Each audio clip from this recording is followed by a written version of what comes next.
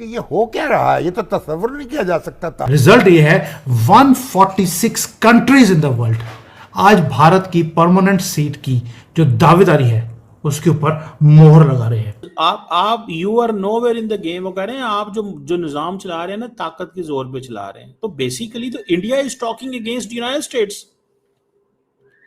India is talking against the United states. India तो America के खिलाफ बात कर खड़ा हुआ है। इंडिया अमेरिका के साथ नहीं खड़ा हुआ। इंडिया इज नॉट आस्किंग कि जी हमें सिस्टम का हिस्सा बनना है। वो कह रहे हैं कि हमने यहाँ पे हम गेम के एक प्लेयर हैं, we are player in this game, हमें हमारा हिस्सा दो। ये छोटे छोटे देश अब खड़ा होना शुरू हो गए हैं अमेरिका के खिलाफ। वो कहते हैं इनफ इज इनफ यार, तुम गुंडागर्दी थोड़ा ना करोगे, तुम कोई हमें बताओगे कि हमें किससे तेल खरीदना है किससे तेल नहीं खरीदना है। तो क्या हुआ अगर हम नेटो के मेंबर हैं? क्या हमारे घरों में हीटिंग नहीं चाहिए विंटर्स में, जो कि बड़े बिटर होते हैं? क्या हमें अपनी गाड़ियां नहीं चलानी है? तुम बताओ कहां से तेल लें? अगर रूस से न ले तो कहां से लें, यह भी समझा दो। और जिस आसानी से रूस से तेल मिलता है और कहां से मिलेगा तुम ये भी समझा दो। अमेरिका, मैं बता रहा हूं, ये गुंडागर्दी जो ट्रंप की चल रही है, इसका यूक्रेन से कोई लेना देना नहीं है दोस्तों। ये मैं कई बार बोल चुका हूं, ये ट्रंप झूठ बोल रहा है। ये वो वीटो पावर है जो वर्ल्ड के 5 परमानेंट मेंबर्स जिसको P5 बोला जाता है उनके पास है, और ये पिछले 80 सालों से उस पावर को अपने हाथ में लेकर बैठे हुए हैं।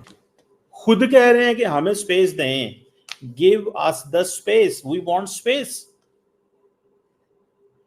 सो बेसिकली इंडिया जो है, देखिए इसको थोड़ा सा समझना पड़ेगा आपको। It's not the way, you know, आप अपनी मर्जी नहीं कर सकते। आप अपनी मर्जी नहीं कर सकते। That is what India is challenging. India जो है वो चैलेंज कर रहा है। इंडिया चैलेंज कर रहा है अमेरिका को, क्योंकि अमेरिका ने इंडिया को ये कहा था कि हम जनाब तुम्हें वो करेंगे, तो वो कह रहे हैं ठीक है, अब हमारी बारी आ गई, हमें दो, हिस्सा दो। इंडिया कह रहा है हम बड़ा मुल्क हैं। वो कहते हैं बड़ा मुल्क है तो हम क्या करें? You are not in this game. आप गेम का हिस्सा नहीं है।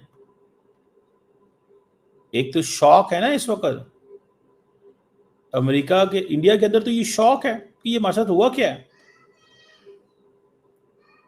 मुझे जाती तौर पे ये लगता है कि ये जो रिफ्ट है इंडिया और अमेरिका के बीच में, ये it's not going to go away anywhere. ये रहनी है इधर। ऐसा कर दूंगा मैं, वैसा कर दूंगा मैं, 24 घंटे यूएन गोली नहीं देता कम से कम। चलो खोखला है, ये मैं मानता हूं ट्रंप की बात, ये मैं मानता हूं ट्रंप की बात कि यूएन खोखला है, उसके बस का कुछ नहीं है, राइट। लेकिन यार ये तो मुंह पे साफ झूठ बोल के चला गया डोनाल्ड ट्रंप। मैं कल ऐसा करूंगा तो परसों कुछ और कर देता है। 1950s में इस पावर को हमें दिया गया था, लेकिन मोहम्मद लहड़ू जो ब्रिटिश लड़कियों की जो स्कर्ट के अंदर जो लहरें होती थी उसके अंदर वो बहते रहे और उन्होंने यूनाइटेड नेशंस की सीट को मना कर दिया। अब भारत ने कुछ चेंज करने की ठान ली है। कुछ इंडिकेशंस आ रहे हैं जयशंकर जी की तरफ से। उन्होंने बोल दिया, पहली बात तो ये है कि यूनाइटेड नेशंस अब रिडंडेंट हो रहा है और ये एक ऐसी रेड लाइन है जिसको, यानी कि दे आर बिकमिंग इररेलेवेंट। और हो सकता है कि मोदी जी यूनाइटेड नेशंस की जो ये मेंबरशिप है उसे छोड़ दें, क्योंकि उन्हें मालूम है कि ये परमानेंट सीट हमें देने को तैयार नहीं है और हमारे हर मामले में ये वीटो पावर यूज कर लेते हैं। आप उस कंट्री का नाम सुनकर हैरान रह जाएंगे जो हमारी इस परमानेंट मेंबरशिप को रुकवा रहा है। आपके दिमाग में होगा वो तुर्की है, पाकिस्तान है, चाइना है। वेट कीजिए, नाम देने वाला हूं जो इस बार जयशंकर जी ने नाम लेकर बोला है।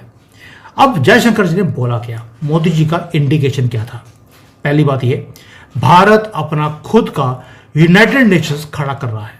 उन्होंने बोला कि भारत ऑलरेडी ग्लोबल साउथ की कंट्रीज को लीड करता है। ये सारे वो डेवलपिंग नेशंस हैं जो कि ब्रांडेड लाइन के नीचे आते हैं।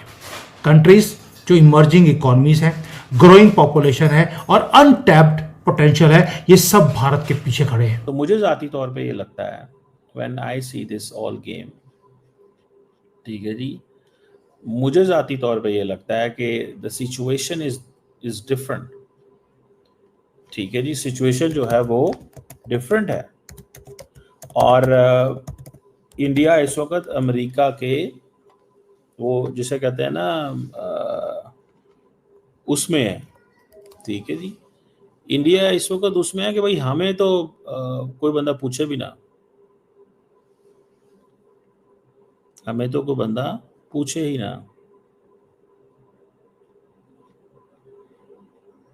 तो मुझे इस बात की समझ नहीं आ रही कि if this is the case, और अभी आपको पता है अमेरिकन के अंदर जो डेमोक्रेट्स है वो क्या कह रहे हैं, वो कह रहे हैं हमें तो इंडिया चाहिए। ये जो मिसअंडरस्टैंडिंग है, ये जो मिसस्टेप्स हैं, अपॉर्चुनिटीज को मिस किया जा रहा है। This is what they are saying, opportunities को मिस किया जा रहा है। और जो यूएस और इंडिया के जो रिलेशंस हैं उनको फिक्स किया जा रहा है।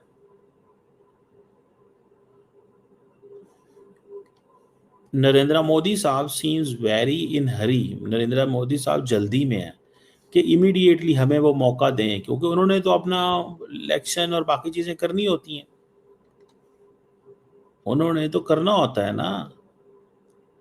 नहीं समझ रहे आप बात, उन्होंने तो करना होता है।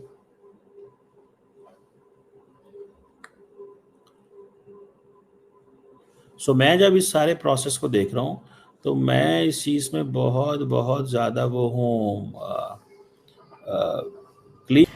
जो हमारे जयशंकर जी हैं, उन्होंने एक बोल्ड स्टेटमेंट दिया यूएन के अंदर कि यूएन यूनाइटेड नेशंस एक स्टेट ऑफ क्राइसिस के अंदर है। दूसरा, वो इनरेलीवेंट होता जा रहा है दुनिया में और उसकी कोई भी बात सुनने को तैयार नहीं है। क्यों? क्योंकि यहाँ पर जो एलीट नेशंस है, जिसको वेस्ट नेशंस बोला जाता है, सिर्फ इन्हीं की आवाज़ सुनी जाती है और ग्लोबल साउथ इसकी कोई बात सुनने को तैयार ही नहीं है, इन्हें इग्नोर किया जाता है। जिसके अंदर भारत है, अफ्रीका है, लैटिन अमेरिका है, एशिया की बाकी की कंट्रीज हैं, इनकी आवाज़ सुनाई देती ही नहीं है किसी को। और भारत ने इस सब को चेंज करने का वो प्लान कर लिया, लेकिन शुरुआत आपको लगे अभी करी है, तो आंसर है नहीं। जब कोविड-19 हुआ था, जब ये वेल्दी कंट्रीज वेस्ट के अंदर जब बॉडी बैग्स क्रिएट हो रहे थे, भारत ने एक्शन लिया, अपनी खुद की मेडिसिन डेवलप करी और हमने सबसे पहले जो मेडिसिन है वो लैटिन अमेरिका में, अफ्रीका में वहां भेजी अपने लोगों को बचाने के बाद। और ये सब कुछ किया हमने फ्री ऑफ कॉस्ट। ये वेस्ट की तरह नहीं है जो बोलते हैं कि हम आपको एड भेज रहे हैं और एड भेजते भेजते एड्स भेज देते हैं। उसने पब्लिकली भारत को थैंक्स भी किया है। उन्होंने क्या बोला कि भारत एक रियल लीडर है, मोदी ट्रू स्टेट्समैन